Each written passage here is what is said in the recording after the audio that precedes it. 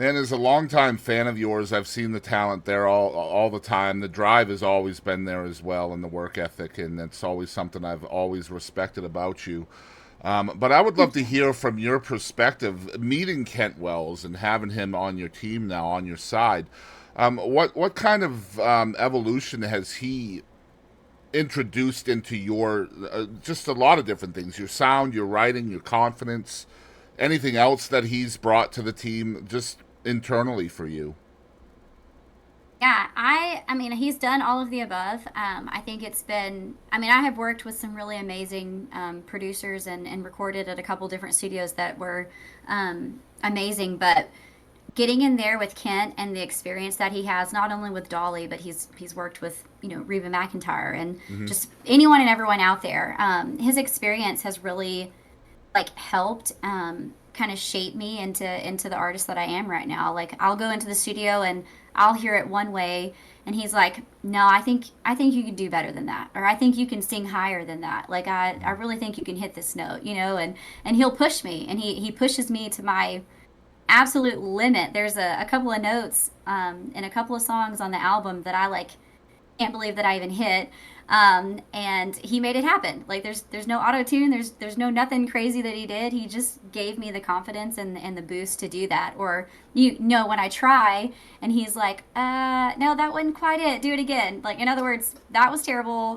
Do that again. That's pretty much what he's Hmm. saying. But he's definitely I for sure boosted my confidence in this, and he's introduced me to other people, and all the guys that he has coming in there playing on my album, they are just all pros. They have played with anybody and everybody, and just are incredible, and they really listen to like what we want, like on the song and Hmm. how we want things played, and Yeah, I was going to they'll ask you spice it because, up, like, yeah. I know your mentality and I know how serious you are about your art.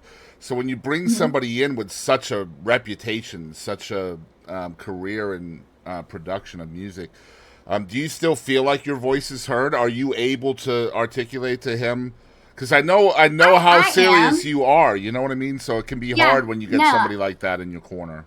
it is, and I'm a little headstrong. I A think little, I yeah, really just a am. little. A lot. I might be a lot. You know me pretty well. I forget.